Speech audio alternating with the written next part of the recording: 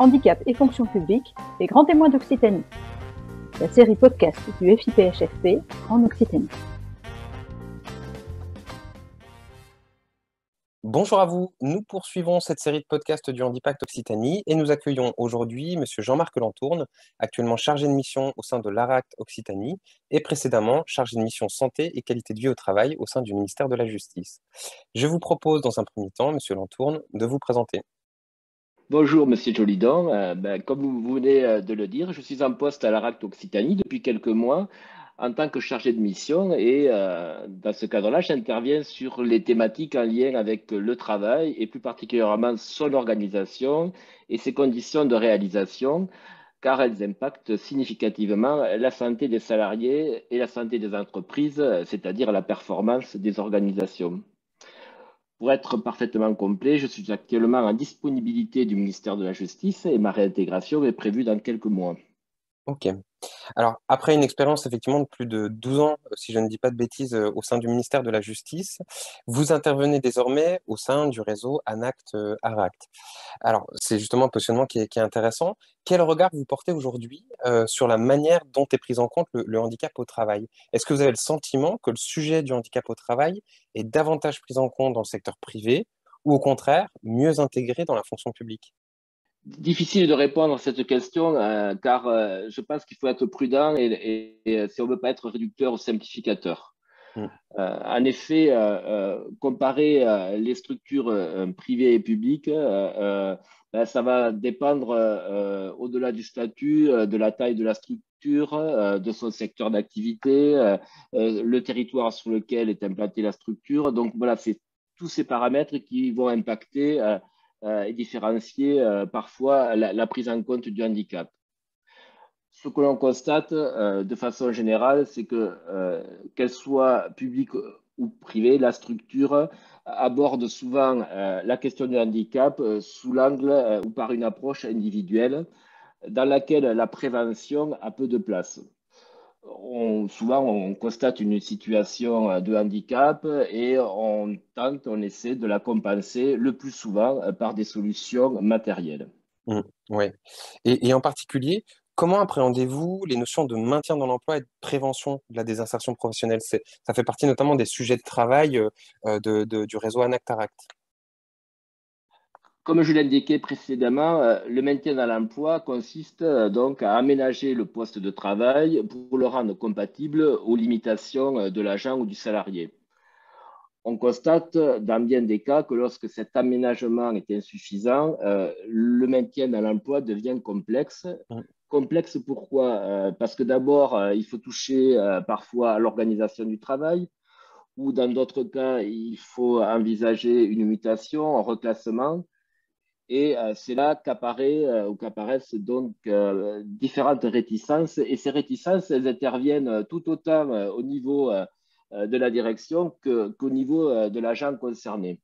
En revanche, la prévention de la désinsertion professionnelle, elle est plus ambitieuse, plus complexe et va mobiliser différents acteurs pour construire une véritable démarche. Donc cette démarche, elle est d'abord collective, Mm. contrairement à Mm. l'approche démarche maintien à l'emploi, car elle s'intéresse principalement aux conditions de travail, sous l'angle notamment de la pénibilité, de l'usure professionnelle. L'idée étant de prévenir Mm. ou de retarder le plus possible cette usure professionnelle. Et elle s'intéresse aussi à la gestion des carrières. L'idée étant de proposer des évolutions de carrière qui vont prendre en compte cette usure des salariés ou des agents.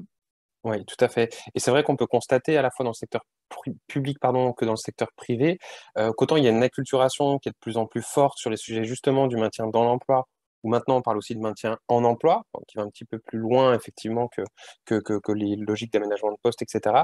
Mais qu'effectivement le pas qui reste à franchir est effectivement celui de la prévention de la désinsertion professionnelle, puisque comme vous l'évoquiez à l'instant, ça embarque finalement tout un tas de sujets sur les secondes parties de carrière, sur les approches un petit peu collectives, et on est effectivement sur des étapes supplémentaires dans le cadre d'une politique handicap notamment.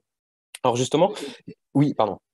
Excusez-moi de vous interrompre, et autant vous dire que secteur privé, secteur public, dans le secteur privé, notamment le milieu des PME, TPE, je dirais, on avance peu sur ces sujets-là, contrairement peut-être à des grands groupes qui ont des politiques beaucoup plus ambitieuses. Fonction publique, en tout cas, le versant que je connais, pour l'instant, on aborde ces sujets-là vraiment de façon très, très limitée. Oui. Alors justement, vous avez un regard qui est intéressant avec ce double positionnement au sein du réseau ANACT, ARACT et puis vos fonctions au sein du ministère de la Justice. Quel levier ou quelle bonne pratique vous semble aujourd'hui encore insuffisamment mobilisé au sein de la fonction publique qui permettrait justement de renforcer l'accompagnement des agents de la fonction publique qui rencontrent des problématiques de santé? Alors, on peut quand même noter quelques avancées, et Mm. notamment, je mettrai l'accent sur une avancée, c'est en mai 2020, le décret concernant la prévention médicale de la fonction publique d'État qui a été modifié de façon significative pour, je dirais, aujourd'hui quasiment arriver à des dispositifs, des modalités qui s'appliquent encore dans le secteur privé. Donc ça, c'est vraiment une réelle avancée. Je citerai par exemple le rôle maintenant officiel de l'infirmière en santé au travail, Mm. qui maintenant est un acteur bien identifié aussi dans la fonction publique. Mm.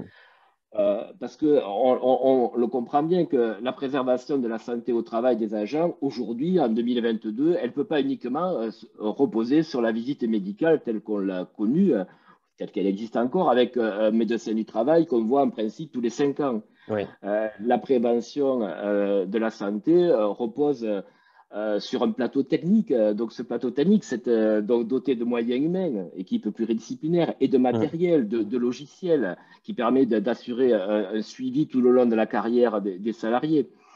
Et la fonction publique, et particulièrement la fonction publique d'État, est en retard sur ce terrain-là, au-delà de cette avancée du texte. Mm. Et selon moi, pour progresser et se doter de ces plateaux techniques, de ces moyens, il est vraiment nécessaire dans la fonction publique d'État de penser à une organisation mutualisée, Mm. interministérielle, territoriale. Et l'idée, c'est voilà, de constituer un peu comme à l'instar de ce qui est fait dans certains départements de la fonction publique territoriale à travers les CDG, Oui, tout à les fait. centres de gestion, des services voilà, mutualisés de santé au travail qui suivent les agents de la fonction publique d'État. Oui, tout à fait. Et de votre point de vue, est-ce que la fonction publique présente des spécificités qui limitent les possibilités d'accompagnement des agents? Ou au contraire, est-ce que le statut, il est plutôt facilitant pour accompagner les agents sur le long terme? Alors là aussi, j'ai vraiment, bien sûr, Pas une question facile. je me suis toujours posé la question, puisque j'ai quand même aussi, avant d'arriver au ministère de la Justice, passé plus de 20 ans dans le secteur privé, sur un grand site industriel. Et bien sûr, je me pose encore constamment la question, mais voilà, quels sont les avantages ou les inconvénients du statut? Difficile de répondre à cette question. En revanche, quand même, mon expérience dans tous ces secteurs m'a permis d'identifier plusieurs facteurs de réussite pour le maintien dans l'emploi ou le recrutement des personnes en situation de handicap. Mm. Au-delà, je dirais, du statut. Donc, je citerai donc 3 facteurs de réussite. D'abord, l'anticipation pour mobiliser les acteurs en amont, par exemple, d'une reprise de travail après un long arrêt, en amont de recrutement, en amont d'une mutation d'un agent qui arrive sur un service et on constate au dernier moment que cet agent est en situation de handicap. Mm. Vraiment, cette anticipation, elle me paraît capitale et nécessaire.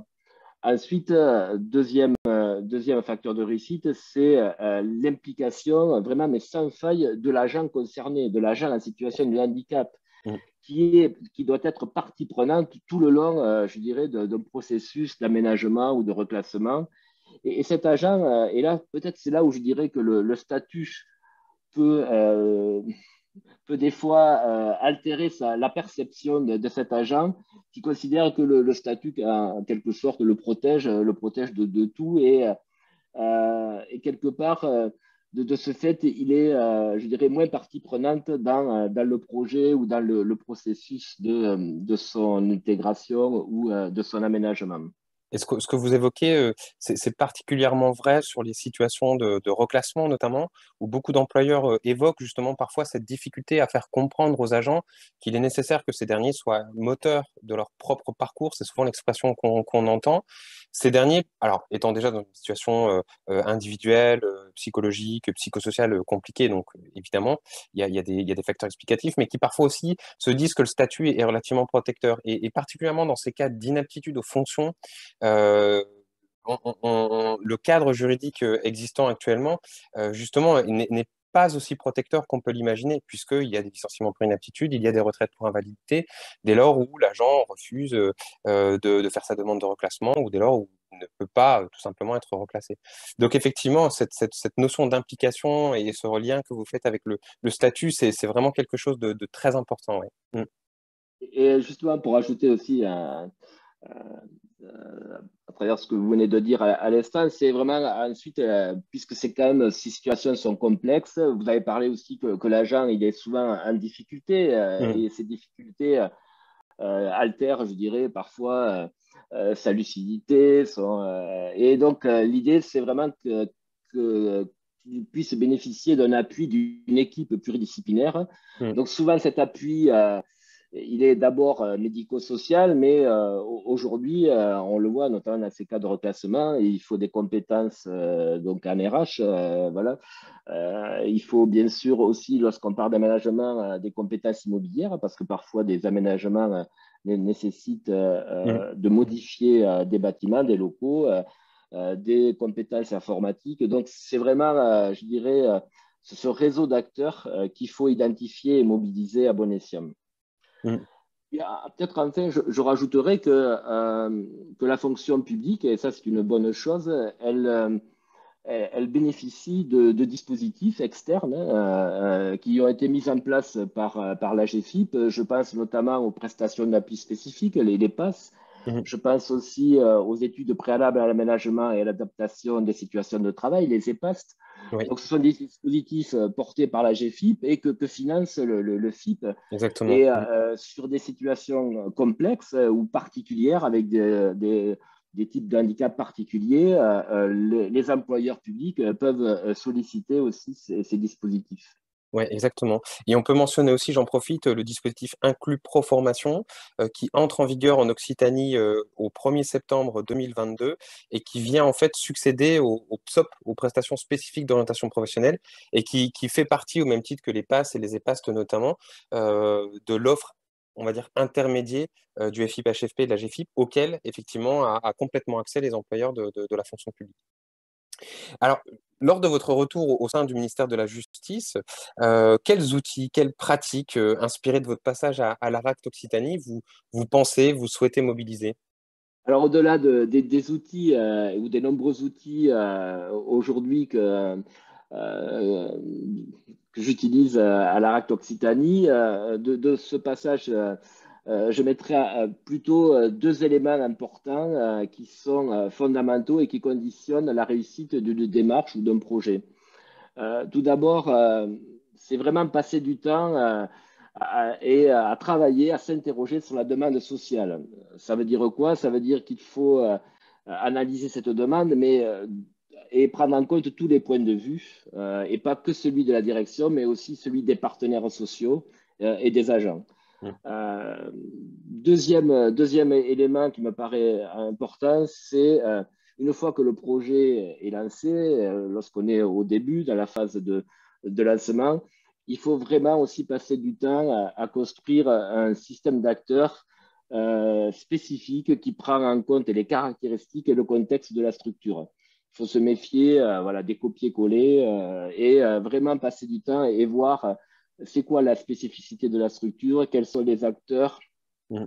et quel est ensuite après je dirais, le jeu d'acteurs à mettre à actionner. Et je dirais même un bon projet, si ces deux phases sont loupées, même si la démarche elle a beaucoup de sens, si on passe, je dirais, à côté de ces deux points, le projet risque ou a des chances de capoter. Mmh. Alors, plus globalement, est-ce que vous avez le sentiment, est-ce que vous pensez que le sujet du handicap, il a progressé, dans la fonction publique ces dernières années? Est-ce qu'il y a des défis particuliers qu'il vous semble encore important de relever? Ouais, je crois que sans hésiter, je pense que le sujet de handicap a progressé dans la fonction publique et il continue de progresser. Alors, j'ai des exemples micro au niveau du poste que j'occupais, voilà, ou de la fonction que j'occupais à la justice. Mais au-delà de, je dirais, de cet aspect micro, je mettrais en avant 3 points. D'abord, et des points assez récents, un dispositif dont vous avez fait d'ailleurs allusion tout à l'heure, ou en tout Mmh, cas notamment sur le reclassement, qui est un dispositif appelé période de préparation reclassement, mmh, qui peut être actionné dans la fonction publique d'État depuis 2018. mmh, La loi de la transformation de la fonction publique du 6 août 2019 et ses décrets d'application qui prévoient des avancées, notamment en termes de recrutement et de carrière aussi, et de roulement de carrière pour les personnes en situation de handicap.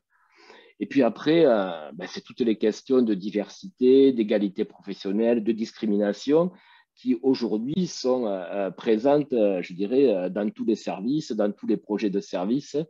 mmh. Au-delà de la réglementation, ces questions-là sont posées de façon, je dirais, euh, Plus marqué effectivement, plus marquée, elles tout à irriguent fait. effectivement les politiques RH aujourd'hui. Mmh. Alors, en revanche, quand même, le constat que je fais, et c'est le défi pour moi à court terme à relever, c'est qu'il faut s'emparer de ces nouveaux dispositifs. Mmh. Il faut les utiliser. Si on veut après évaluer ces dispositifs, et si on ne les utilise pas, l'évaluation va devenir complexe. Pourquoi je dis ça? Parce que je fais le constat que bon nombre de ces dispositifs, qui datent de quelques années, donc qui sont prévus par la loi, ils ne Mmh. sont pas ou peu utilisés. Effectivement, c'est des sujets sur lesquels il y a un investissement assez fort, mais qui reste effectivement encore à poursuivre. Je pense notamment à la période de préparation au reclassement, où effectivement, alors il y a des travaux qui sont conduits à l'échelle nationale, etc. Mais c'est vrai que du coup, la fonction publique d'État était la première à bénéficier du décret d'application. Mais pour autant, en termes de pratiques RH ou même en termes de situations accompagnées, c'est finalement peut-être pas la fonction publique qui a été le plus loin dans la construction d'outils, dans l'accompagnement de ces situations, etc. On a vu notamment la fonction publique territoriale, alors beaucoup sous l'essor des CDG, essayer de beaucoup avancer sur ces sujets. Pour conclure, quel conseil donneriez-vous à un établissement ou à une collectivité qui souhaiterait débuter sur le sujet du handicap? Alors là aussi, quelques conseils. D'abord, je l'ai indiqué précédemment, je conseillerais de porter une attention particulière à la demande sociale et notamment en impliquant dans les structures et les organisations syndicales, en particulier celles qui siègent au CHSCT et puis demain qui siégeront aux différents comités sociaux d'ailleurs, dont je dirais des prérogatives concerneront aussi l'emploi des agents en situation de handicap. Mm. Donc, il y aura, je dirais, un bilan à faire auprès de ces comités sociaux. Donc, il faut qu'ils soient impliqués notamment sur ces sujets-là. Mm. Je conseillerais aussi d'identifier rapidement les acteurs internes qui sont concernés par le sujet, j'en ai cité quelques-uns, et définir leur rôle et leur interaction entre eux. Mm. Et puis, il faut aller voir aussi, bien sûr, et s'appuyer sur des acteurs externes. Et je citerai bien sûr en premier lieu un acteur incontournable parce qu'il finance, hein, donc c'est Mm. le FIPHP. Et puis, si les conditions sont réunies, et notamment, je sais qu'il y a des seuils d'effectifs, Mm. je conseillerais à la structure, si elle veut vraiment aller plus loin, de travailler et à préparer une convention pour être signée avec le site. Oui, tout à fait. Convention qui effectivement permet de contractualiser un engagement sur 3 ans avec le FIPHFP, donc de poser un certain nombre d'orientations stratégiques, d'actions à conduire sur les 3 années à venir, qui font en contrepartie l'objet de cofinancement de la part du FIPHFP, les fameuses conventions FIPHFP. Ok, bah écoutez, merci beaucoup en tout cas, Monsieur Lantourne, pour le temps que vous nous avez accordé. Et puis, je vous dis à très vite. Merci à vous, Monsieur Jolidon, et puis aussi à très vite, et en espérant vous revoir en Occitanie. Oui, tout à fait. Je n'y manquerai pas. Merci encore, Monsieur Lantourne. À bientôt.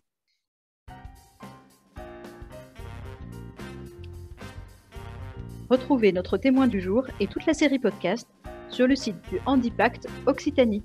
À très bientôt.